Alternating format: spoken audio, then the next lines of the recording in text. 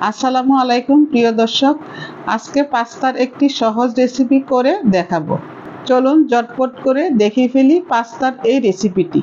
চুলাতে একটি প্যান বসিয়ে সামান্য একটু রান্নার তেল দিয়ে দিলাম আদা রসুন কুচি। রসুনটা বাদামি হয়ে আসলে দিয়ে দিব কিছু পেঁয়াজ কুচি। পেঁয়াজটা একটু বড় বড় করে কুচি করে নিয়েছি। এবার পেঁয়াজটা একটু নরম হয়ে আসলে দিয়ে দিব পছন্দ মতো গাজর। এবার গাজরটাকে নাড়াচাড়া করে ভেজে নিব।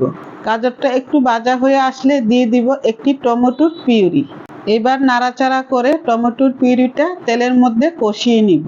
টমেটোর পিউরিটা যখন কষানো হয়ে যাবে মাঝখানে একটু জায়গা করে নিব। সামান্য একটু তেল দিয়ে দিব 1 চা চামচ বারবিকিউ সস আর 2 চা চামচ চিলি সস।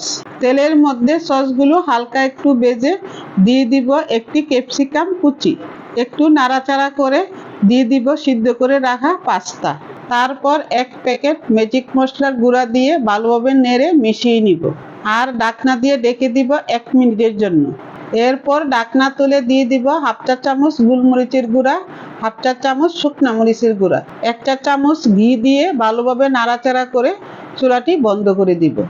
এই পাস্তার রেসিপিতে চিংড়ি অথবা ডিম, মাংস কোনো কিছুরই দরকার নেই। আমি যেভাবে পাস্তাটি রান্না করেছি আপনারাও একবার চেষ্টা করতে পারেন। আশা করি রেসিপিটি আপনাদের ভালো লাগবে। আজকের মতো এখানেই বিদায় নিলাম। সবাই ভালো থাকবেন, সুস্থ থাকবেন। আসসালামু আলাইকুম।